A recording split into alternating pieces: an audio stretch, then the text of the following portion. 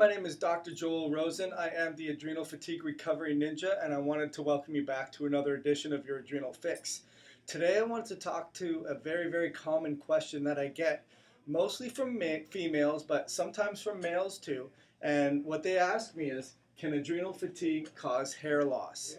And really important question for people that have hair loss, because there's nothing worse than when you had a full, thick set of hair, lustrous and beautiful, and now all of a sudden you're combing your hair and big clumps are coming out. You go in the shower and there's hair at the bottom of the tub at your feet, and you're probably taking biotin and you're taking B vitamins, and you know you're exhausted, you know you're burnt out, and just losing hair is making it that much worse. And you want to know, A, what can I do about it? And B, does adrenal fatigue cause hair loss? It's a great question. Had a viewer ask me that the other day, and I would say it's a great question, and that needs and demands an answer. But I would say that it's a wrongly phrased question. And what I mean by that is that it doesn't cause hair loss. The things that cause adrenal fatigue can contribute to hair loss. So adrenal fatigue in and of itself doesn't cause hair loss. And a lot of people will say, well, there's no such thing as adrenal fatigue. And I would say, listen, don't call it adrenal fatigue. Call it wear and tear on the body. And call it where your brain and your communication system stop communicating, and the hormones aren't making a proper quality hormone, or it's not getting inside the cell. So I wanted to talk to you about how you can think of this, because the best way to think of any health problem is think of it in terms of mechanical breakdowns. Is there a biochemistry or mechanical connection that we can think about that explains this? So the first thing I want to say is inflammation. So inflammation, there's so many sources. There's chemicals, there's toxins, there's pathogens, there's environmental bad things, smog and pollutants and ruinous things. And ultimately, what I want you to think about inflammation is what it does is it sucks up oxygen in your body. And when it's creating, it's like a fire. It demands water to be put out. And like a fire will rage in oxygen. So we get a lot of these clues from nature. But what happens in your body is inflammation decreases all your oxygen, and then your cells don't breathe properly. And at the end of the day, an adrenal fatigue problem is a mitochondrial fatigue problem, because your mitochondria is in overwhelm, it's not getting enough oxygen, and then all of a sudden you have this oxidative stress. And what do the adrenals do? They secrete a natural cortisol or cortisone, or an anti-inflammatory, to decrease the inflammation. So the adrenals are kind of like the Coast Guard that get signaled when there's a breach on land. But however, when the breach is done a long time ago, you have problems in the shore. It's not just an adrenal fatigue problem. So I want to tie in how hair loss contributes to this in a second.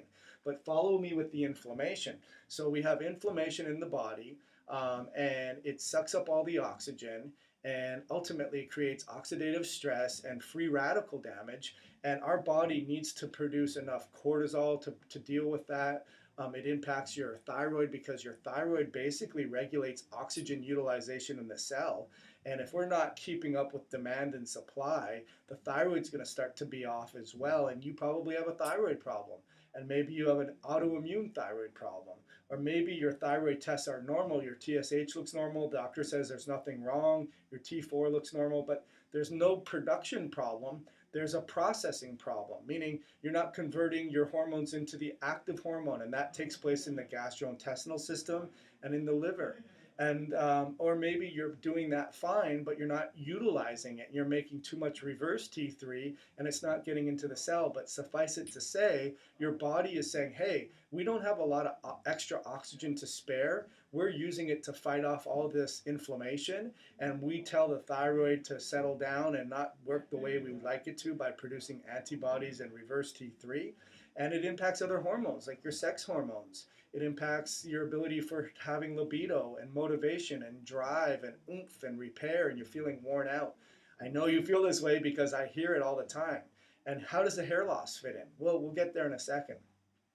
Another impact is your blood glucose. Your blood glucose is like a roller coaster. If you're missing meals, if you're having too many carbs, if you're utilizing too much stimulates like nicotine and caffeine, even alcohol, even though it's not a stimulant, that could be really impacting your blood glucose levels. Having way too much food, eating at a fast food place or eating at a buffet and eating way too much, that's causing bad glucose problems. And that glucose will suck up all the cortisol too and cause adrenal problems. And it will also cause problems with the pancreas and causing problem with oxidative stress, and ultimately create a lot of free radical damage and make even more inflammation, which ultimately impacts your immune system. Your immune system is having to deal with any toxins or the result of inflammation, and that starts to go wrong. 70% of your immune system is in your gastrointestinal tract, and perhaps there's decreased free antioxidants, and that causes a breakdown of your intestinal lining. So we have something called leaky gut and intestinal permeability, and maybe now we have this inability to disinfect food and make stomach acid, so we can't absorb B12 and iron. And also we're not able to disinfect food, so now we get parasites and pathogens and mold and candida and mycotoxins. So there's a lot of things that are contributing to this. And so does adrenal fatigue cause hair loss? The things that cause adrenal fatigue potentially cause hair loss.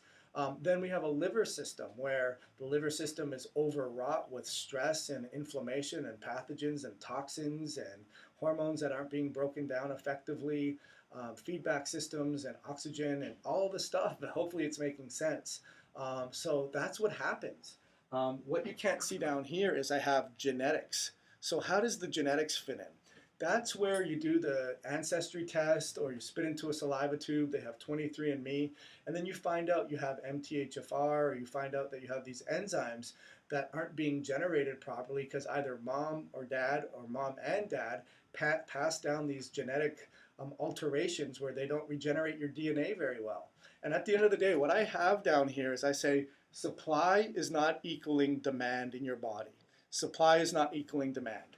So if supply is not equaling demand and you're producing a lot of free radicals that's sucking up your oxygen and you're not producing enough oxygen to meet that demand, then that's going to impact the microscopic mitochondrial cellular level.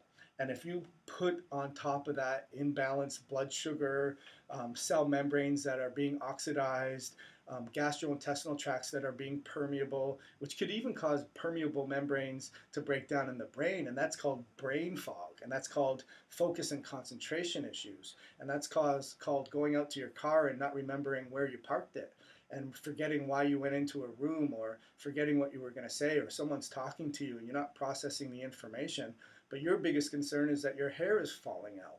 Lots of stuff are going on. So how does the hair relate to that?